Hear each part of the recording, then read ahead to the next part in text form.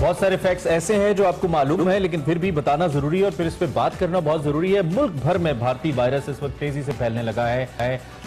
चौथी लहर out of control होती नजर आती है। अप्रैल के बाद पाकिस्तान में पहली मर्तबा 5000 से ज्यादा केस रिपोर्ट हुए हैं, जबकि मजमूई तौर पर इस वक्त कोविड की बात करें तो इसके फैलाव की शरह 9% तक पहुंच चुकी है। जैसे कि मैं इसको एक्सप्लेन किया करता हूं कि हर 100 में से 9 अफराद इस वक्त कोरोना का शिकार हो रहे हैं। अदाकार मुस्तफा कुरैशी भी कोरोना का शिकार हो गए। उसके अलावा सीनियर लीगी रहनुमा एहसन इकबाल का एक बार फिर कोविड टेस्ट पॉजिटिव आया है। ये पहले भी कोरोना के शिकार हो चुके हैं।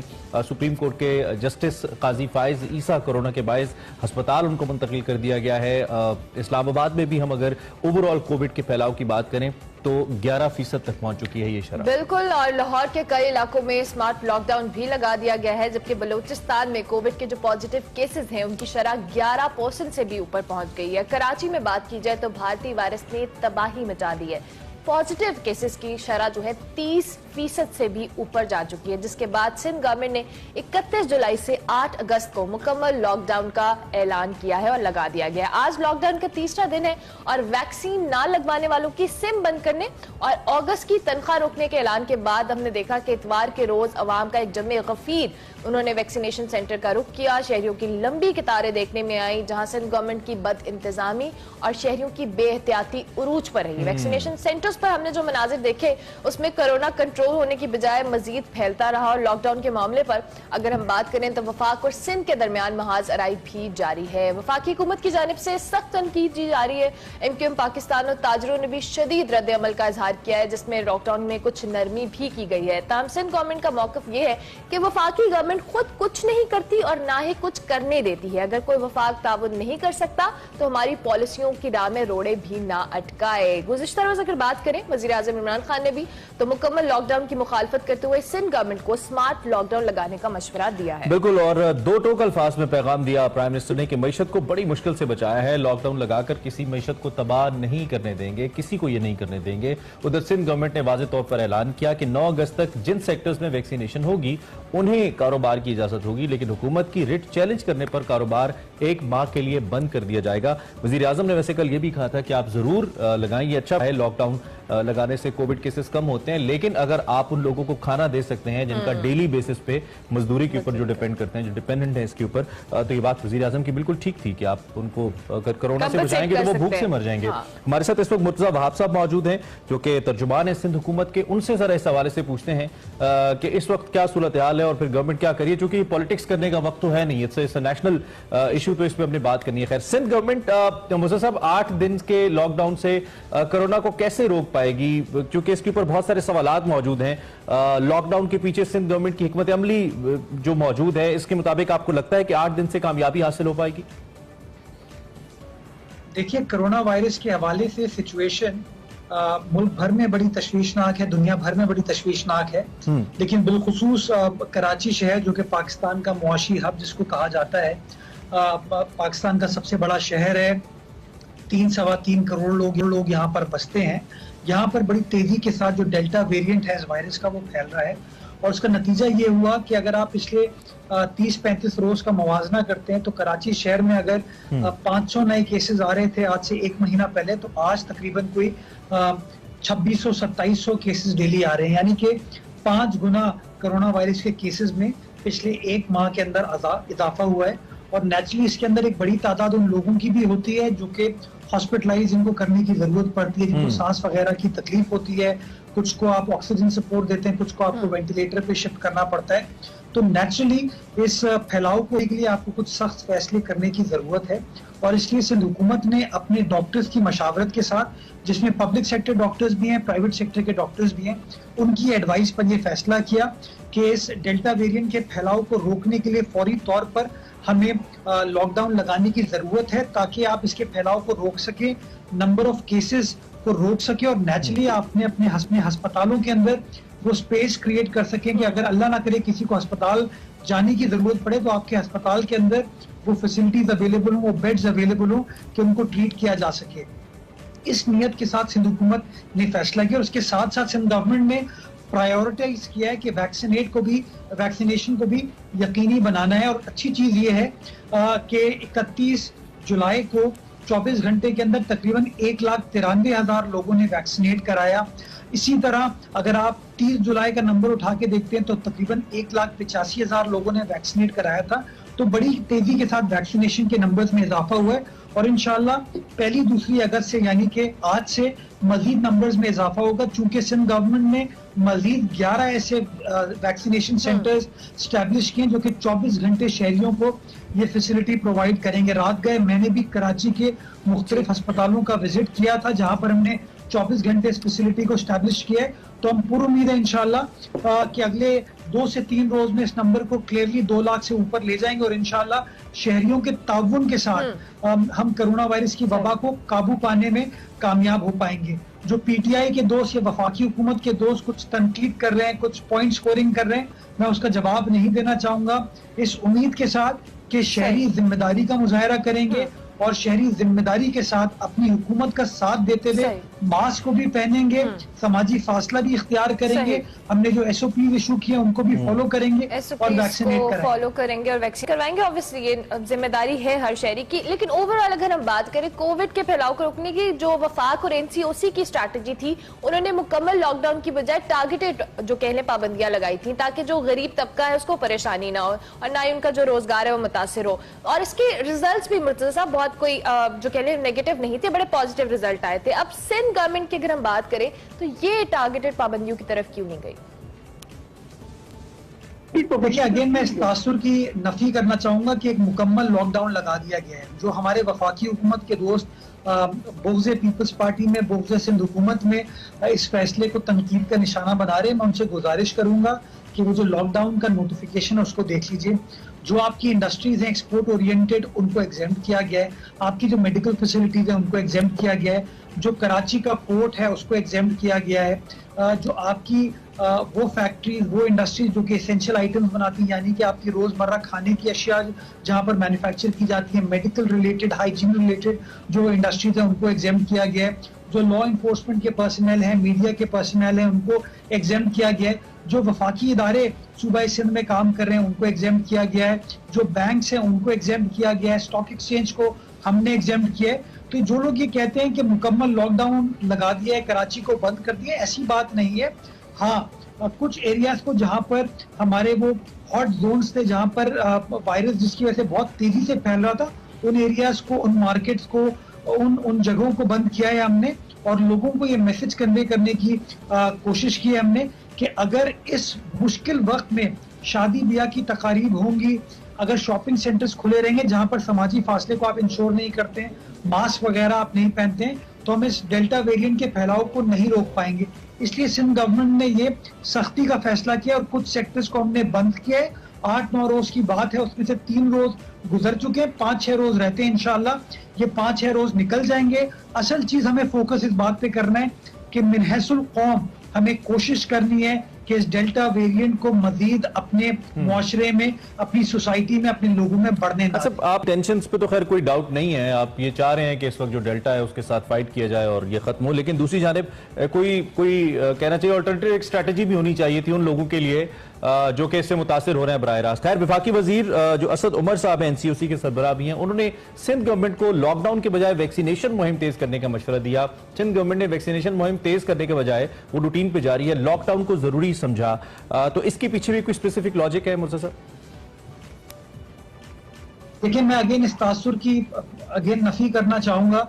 वजीर आला सिंध ने लॉकडाउन के हवाले से, सख्ती के हवाले से जो फैसला किया था, उस फैसले को करने से पहले असद उमर साहब से मशावरत की थी, उनको कॉन्फिडेंस में लिया था, डॉक्टर फैसल सुल्तान से को कॉन्फिडेंस में लिया था और उनकी रिक्वेस्ट पर वो जो ड्राफ्ट नोटिफिकेशन था उसको एनसीओसी के साथ शेयर किया गया।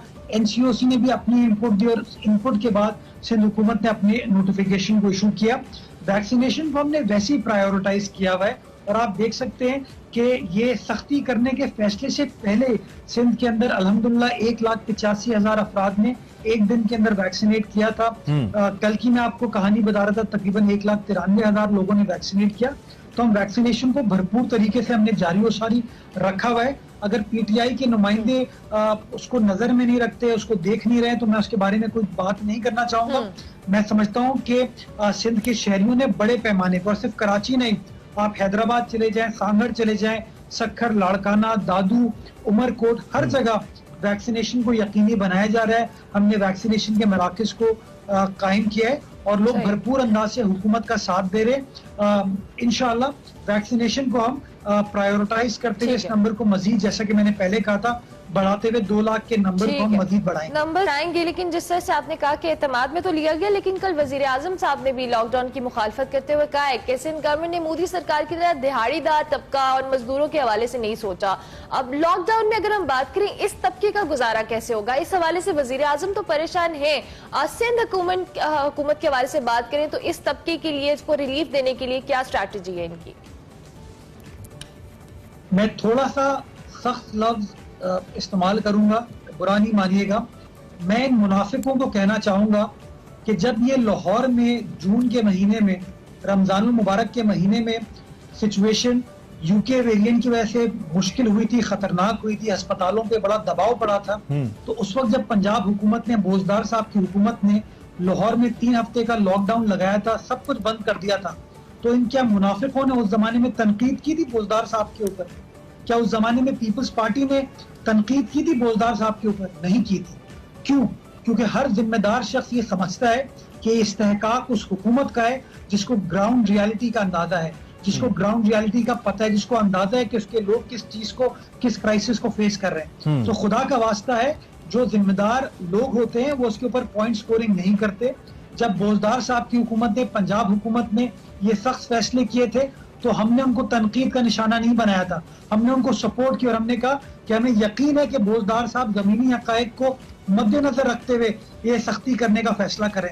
तो जिस तरह हम रीजनेबल तरीके से उनके उस हक को एक्सेप्ट करते हैं, उनके उस फैसले को एक्सेप्ट करते हैं, जिस तरीके से सिंध हुकूमत ये फैसला कर रही है, मैं उम्मीद करूंगा कि ये पीटीआई के दोस्त हमारे उस फैसले का एहतराम करेंगे और हमारे उस फैसले के अंदर रोड़े नहीं अटकाएंगे, लोगों को इंतशार की तरफ नहीं धकेलेंगे। जब वजीर आजम बात कर रहे थे अवाम से बराह रास्त, तो उसमें उन्होंने एक एक्सप्लेनेशन के अंदर कहा कि मईशत बड़ी मुश्किल से बहाल हुई है और हम नहीं चाहते कि किसी एक इंडिविजुअल के इकदाम की वजह से या किसी ऐसे इकदाम की वजह से मईशत को दोबारा से कोई धचका लगे और मईशत नीचे की जानिब जाए। तो ऐसा लगता है बज़ाहिर कि या तो सिंध गवर्नमेंट विफाक से मशवरा करती नहीं है, या अगर कोई मशवरा होता है तो उस पर अमल नहीं होता। ये तासुर क्यों है मुस्तफा साहब दोनों के दरमियान?